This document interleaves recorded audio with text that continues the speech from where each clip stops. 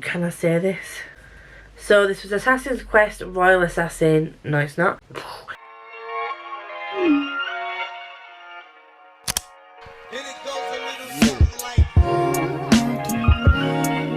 Oh, hello, Papa. Trying to get it right. Hi guys, welcome back, or welcome if you are new. My name's Lisa, and today we are just going to go through the final part of my monthly reading.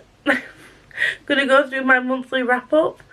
So I'm gonna quickly go through some stats with you about how I've done overall for the month, and then I'll let you know about the last few books that I've read for the latter half of the month. I will leave my mid-month wrap up in the cards so you can see my thoughts on the first part of the month. I will also be doing like a full video review on a couple of my favourites for the month, so if you keep an eye out for that, I will be doing full reviews on those books. So in the month of February I read 1 dystopian, 14 fantasy, 1 historical fiction and 1 thriller. The format was 10 mixed media and 7 just physical. And then I read 6 YA, 7 middle grade and 4 adult. I'm not going to go through all the books from start to finish. I'm just going to quickly run through the last few books of the month that I read and what my thoughts were on the books themselves, and yeah, and the ratings that I gave them on Compile. So if I keep looking down, it's because I'm looking at my phone and trying to find where my ratings are. So after Polathon was finished, there were around 3 weeks left of February. We are still currently on the 20th of February. So I want to include the book that I'm reading this week because I'm probably going to finish that only just by the end of February. So I won't be reading it any more than what I've read so far. So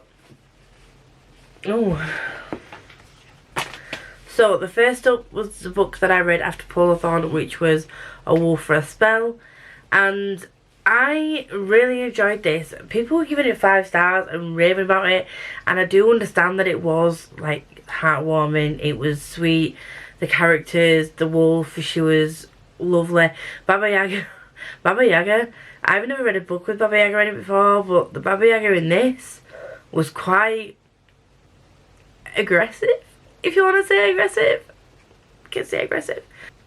There was a little bit of character development in it, but not much. It was more plot driven than character driven, which is possible why I didn't give it 5 stars. You got to know bits about the characters, but it was very much about, what I'm going to say now is not a spoiler because it's in the synopsis, but if you haven't read the synopsis and you don't want to know, then just skip ahead to the next bit. But the plot is very much about Baba Yaga switching bodies with the wolf and trying to save the day, basically. So I don't know why I'm justifying giving it a 4 star, because 4 star is still really good, but it just wasn't like, oh my god, favourite, best ever kind of amazing book. Do you know what I mean? It was good, but not my favourite. Next up after that, I read Almond for a Parrot. Now, even though the back of it says Orphan Heart Murderer, I read the back. I will leave my TBR video linked in the cards as well from last month, but I did not expect this to be the way that it was. I knew that it followed someone obviously who was deemed to be a whore and is on trial for murder, because that is part of the synopsis, is that she awaits trial. She's awaiting trial, and this is her telling her story, so it's her reflecting on what's happened to get her to the point where she's been accused of murder. So it is historical fiction, and I'd probably say It was more adult than YA, but I'm sure this was advertised as a YA, but it is debatable. Sometimes in some of the scenes it was kind of bordering on erotica, and I'm not a prude, but I can't imagine this is very YA, young adult, maybe the higher end of young adult, not so much the young young adults. The story was good. I gave this a 4-star, and again, I feel like I need to justify giving it a 4. It was quite a low 4, was it? Was it a low 4?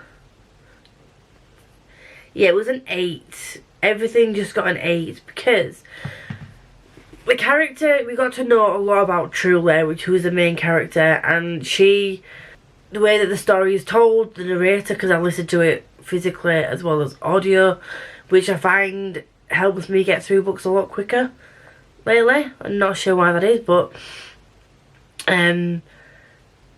I did find that, like, at times some of the things that happened were just slightly convenient, which is what brought it down for me. You do find out a lot about her past and how she got there and things like that, and I do like getting to know the different characters. There were some twists in this book that I didn't see coming, which were just, like, thrown at you out of nowhere, it seems. I didn't see them come in.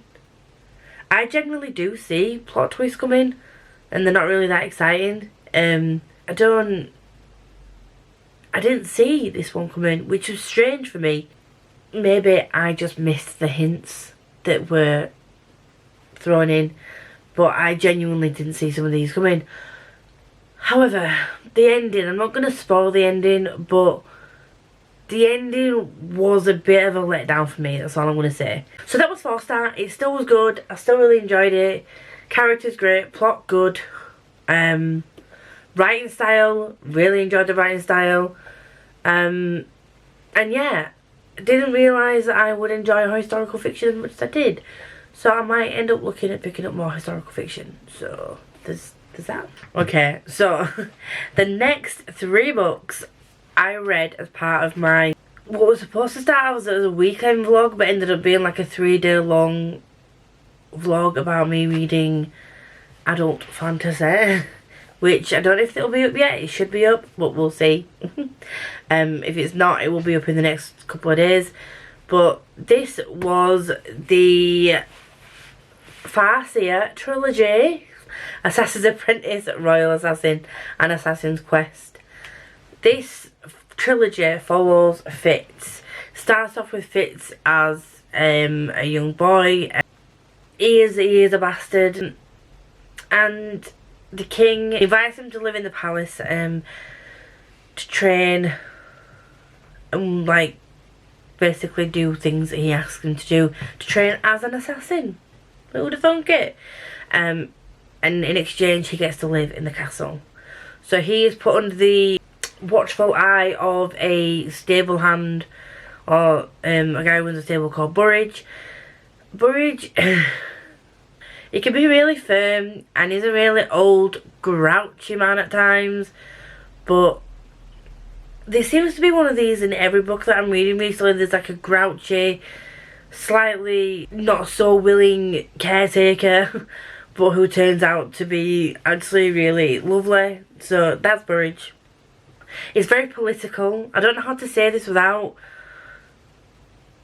spoiling things, but politics and hierarchy and entitlement and things, it's all packed into these books. So I can understand why they're so long. The first one isn't that long, but then the other 2 chonkers. But I can understand why they are so long, because there's a lot to pack in. We did spend a lot of time in Fitz's head, which is why I probably gave the first 2 books 4 stars, because although I loved them, I really did enjoy them. We did spend a hell of a lot of time in Fitz's head, and I tell you, it's not always a great place to be, as you can understand. There's a bastard child that people dislike just for the fact that he was born out of wedlock. his dad isn't around, his mother isn't around, is reluctantly being looked after by somebody who he's got this thing inside him called the wit. He can basically talk to off, and it's kind of like a telepathy with animals, or like I don't understand. I still don't fully understand what it is, but it's kind of like a telepathy with animals. And Burridge hates that he can do this. It's called beast magic. Again, something else that people will dislike him for. So he feels like Burridge is trying to stop him from being himself. So there's the tension there between him and his caretaker. So there's a lot to unpack in these books, and the first 2 books for me got 4 stars. I can tell you now, I really do like Fitz as a character, but the character that just stole the show for me and that just had me laughing out loud was the Fool. They call him the Fool. Whether it's a he or she, still don't know to this day whether it's a he or a she, but the Fool talks to him and comes out with some of the strangest things, and obviously is looking out for Fitz and trying to help him, but everything they come out with is just riddles, and Fitz is trying to figure out what these riddles mean, and it's just honestly it made me smile in a book that's full of quite intense, not so happy scenarios and situations and things going on. The Fool's a bit of like a light refreshment at times, which I feel like if the Fool wasn't in these books, they would have been more of a slog to get through, because he's very comedic, and the Fool has my heart because he's just so sweet. Book 3 got 5 stars because, oh my god, it is the longest of all 3 books. It is, at the beginning was quite difficult to get through because again we're still very much in Fitz's head, and if you've read the Farseer trilogy you'll know why potentially it was difficult to get through the first part. So that was kind of like, oh my god, like should I carry on? Like I don't know if I should, because it was pretty difficult, but then it built up and I loved it. There was a twist I didn't see coming. The things that happened near the end I didn't see coming, but I enjoyed the ending. It ended on a point where I felt comfortable. Not that it's supposed to make me feel comfortable. It shouldn't, because yeah, I don't know why it needs to make me feel comfortable, but it did. It made me feel good. It felt like the way that it should have ended.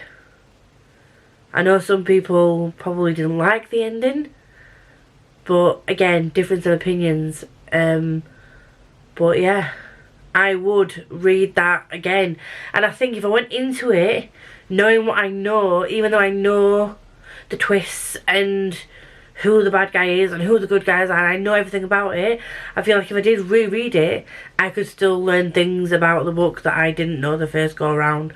But what I'm going to do is read the rest of the books first and read all of them once through, and then just go back to my favourite series and reread those, because I'm going to end up with a full Robin Hobb shelf at this point, because I've already got 3 of the series, and I'm like, I think it's like 5 series in total, so I've just got 2 more to go. But yeah, that's me rambling on about that. That's me done on that part. So it's 2 4s and a 5. Okay, so next up we have Battle Royale, and look at the size of that. I hate with a passion, I hate DNFing things. I've always hated DNFing things. It used to be my opinion that if I battled to get through a book, then at least I was doing it justice to try and get through the book. Don't know where that mentality came from. It isn't the case, because that's how reading slumps happen. When you force yourself to read a book that's just not, that you're not vibing with, no matter how much you want to like it, it's just not, it's not fair to push through it, because if it just, you're wasting your time. You're wasting your time reading it, aren't you? If you know that you're not vibing with it and you're just pushing through it for the sake of pushing through it just to finish a book. But this is now the 3rd book I've had to DNF in the space of a month. I tried just reading it physically and that wasn't working. So then I got the audio script, and that just confused me even more, because there's a character in the book that comes along that in the book he's got one name, on the audio they call him a different name.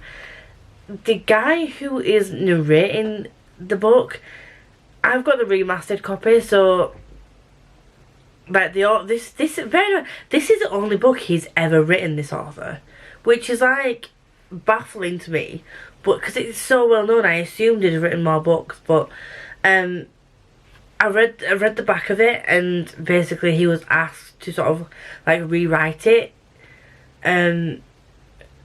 So he has rewritten it. I don't know how different it is to the original, but it's a remastered. I've got the remastered copy.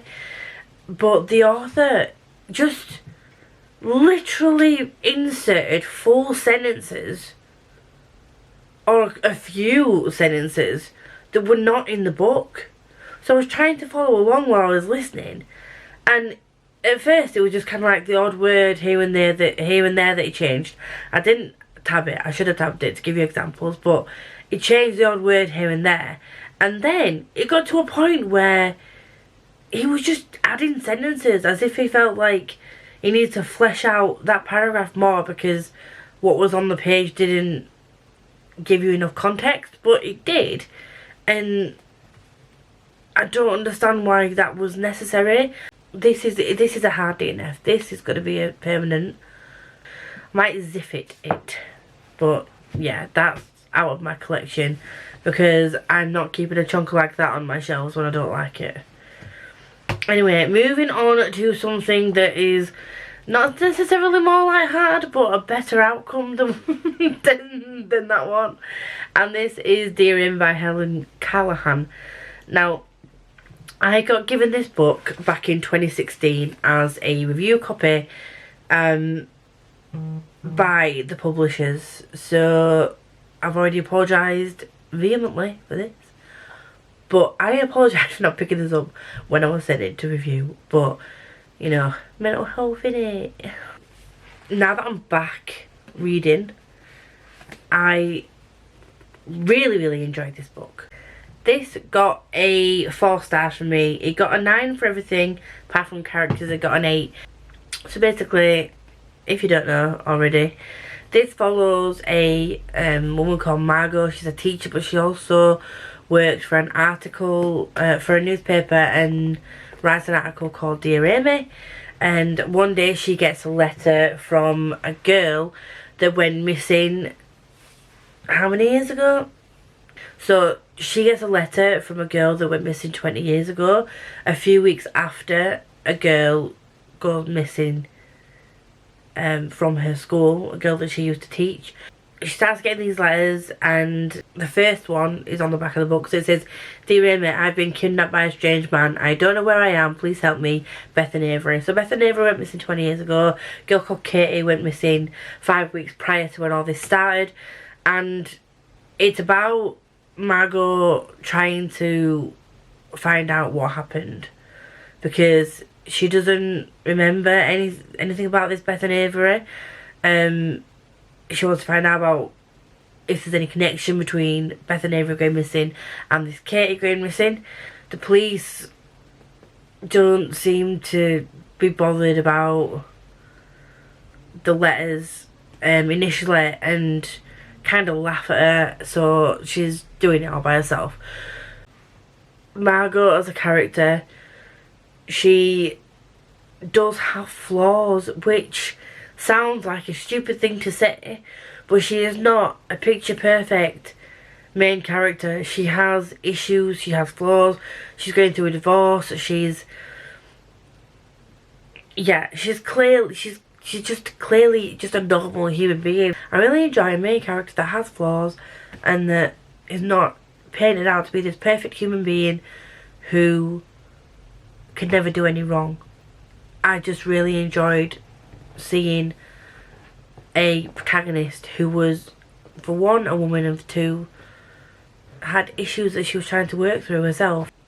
The mystery side of this, like the thriller side of it, oh my god, if you listen to the audio when you read this, because there was a part where I literally, just thinking about it now, it sends shivers down my spine. I had to walk around and check my front. I live in a flat that's up 2 flights of stairs, and the door to outside my flat, I have to buzz people in to let them into the building to actually even get to my front door, and it's a massive heavy fire door, and there's no way. There's a sash window out on the windows, there's a sash window outside and a lockable inside window that locks from my side, so there's no way anybody could have been in my flat at that particular time. But I found myself checking my windows, checking my front door, because it creeped me out. And if a book can do that to you, then I have a vivid imagination anyway, so but it was just great. And then the twist, did not see it coming. Again, with books like this, you're usually like, yeah, he's a bad guy, that's the plot twist, she's really this and he's really that. Oh my god, plot twist. But this, did not see the ending, did not see that being the resolution whatsoever, and I loved the book for that. I absolutely loved the book for that. If you can write really well, and you can write a book that keeps me intrigued, but then keeps me invested in the story, and then just you throw something at me like that, and you're just like, you thought it was going to go this way, but this is actually how it ends. I'm sold. I'm sold. I'm going to get some more of her books, because if you like thriller books, if you like mystery books, if you like to be on the edge of your seat and feel shivers running down the back of your spine and be scared to leave your own house, then read this. Okay? Yeah. But yeah, this was great. So that was that. And then moving on to my final book.